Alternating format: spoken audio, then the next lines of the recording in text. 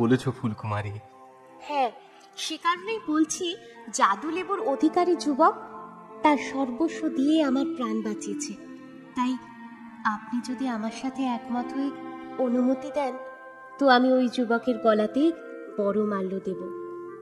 এই এই সুবিচারে অমতের কোনো প্রশ্নই ওঠে না।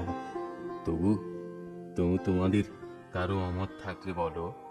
না না মহারাজ, একেবারে যথার্থ সুবিচার হয়েছে।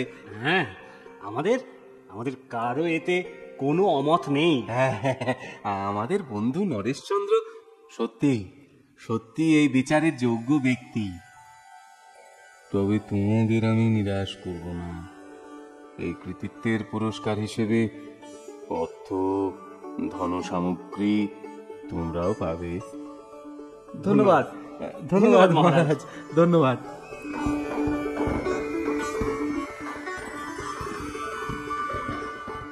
যথাসময়ে ফুলকুমারীর সঙ্গে নরেশের ধুমধাম করে বিয়ে হয়। মহারাজ তার কথা রাখতে যদুমধুকেও যথেষ্ট পুরস্কার দেন। তিন বন্ধুর বন্ধুত্ব একইভাবে অটুট থাকে। আমার কথাটি ফুরলো, নোটে গাছটি মুড়লো।